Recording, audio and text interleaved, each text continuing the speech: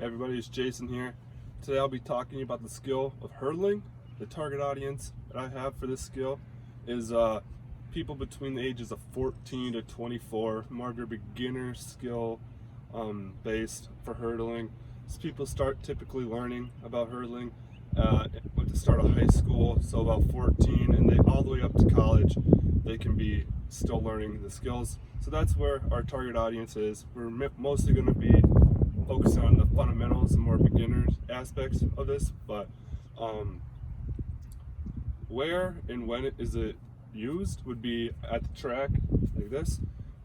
You'd be using it to compete in track meets and stuff like that. So if you guys follow me over here, I'm going to do a whole skill demonstration. I'm going to do just one simple rep. Before we do these, you have to make sure you get a full dynamic warm-up in. Preferably about 15 to 20 minutes worth of dynamic warm-ups, such as karaoke, high knees, butt kicks, stuff like that.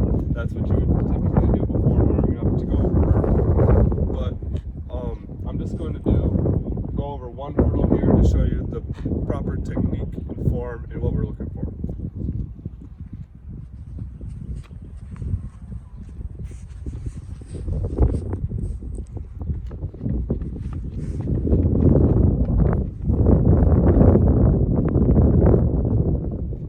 So there's a couple common errors that a lot of people will see when they first start hurdling. The biggest is definitely people start stepping over. So you'll have a lead leg and you'll have a trail leg. For me, my right leg is my lead leg and my left leg is my trail leg. So the common error is it'll be like this. Someone comes over with their lead leg and their trail leg will come straight behind them and they'll step over the hurdle instead of hurdle it. So it'll look something like this, like a step, and how it should be looking is like this, where it comes up sort of to the side. Another common error is people who kick their leg foot out super far, and I'll show you that right here. On that one, my trail leg went over the hurdle like this. That's another common error that you'll see within the beginner hurdlers. So I'll do that one more time.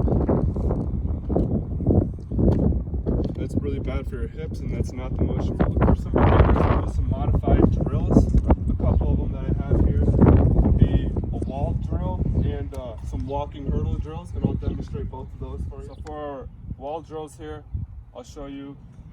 We have our hands up against the fence or wall, and we have our lead leg in front, and our trail leg will be the one going over the hurdle.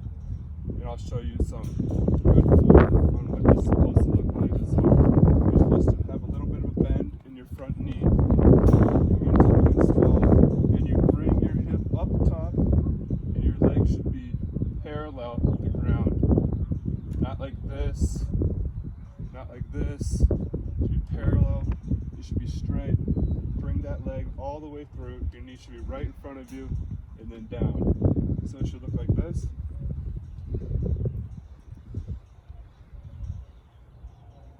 It shouldn't be looking anything like this. That's bad.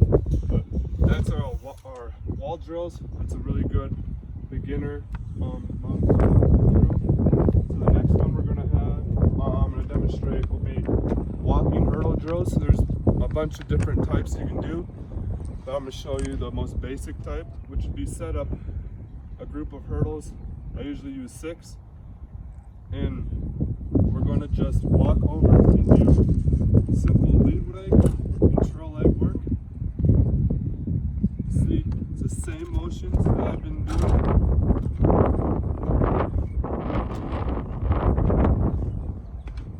The same motions that you're going to want to do over the hurdle, but we're doing them just nice and slow here so you can get that feeling in your hips. So for some of those higher skilled clients and athletes, we're going to have to up the ante a little bit here, and we're going to have to do something else. Because this stuff is stuff that you probably do every day, but it's not really going to help you improve your skill set. So one thing that I do is 5 steps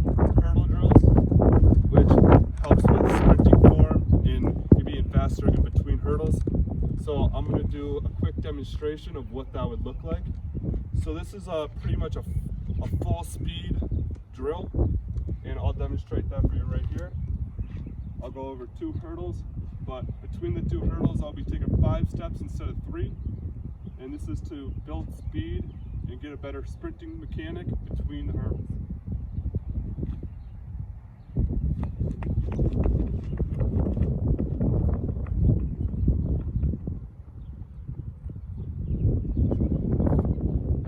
So a couple of motor learning strategies we can use in hurdling is verbal cues is a big one, because when you're going over the hurdles you can't really see what you're doing and it's all like sort of happening so fast. So you'll want your coach or your instructor or your trainer to use verbal cues to communicate with you while you're doing your repetitions. This will help with being able to correct form and change things while you're going through reps. This is really big because, like I said, you can't see yourself from the outside, so verbal cues are really big.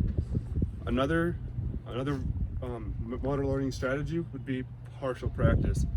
We're not doing whole practice here typically, so when you're doing partial practice, you're doing stuff such as the walking hurdle drills or the wall drills to break up your practice into different parts.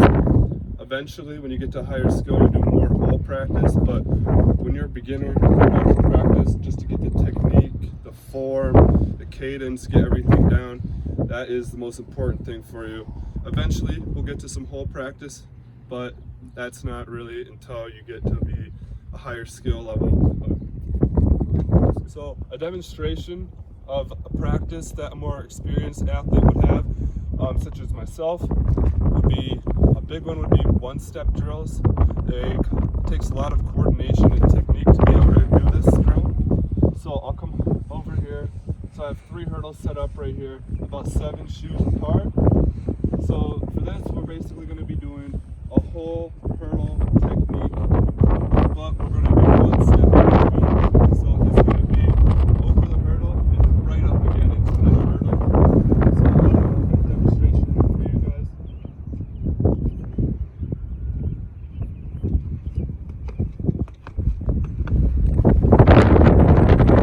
Alright, so this is just a little demonstration of how you could get started in hurdling. A few drills, a few tips, a few tricks. But I really hope you guys enjoyed, and I hope you may have learned something. But thank you so much for watching.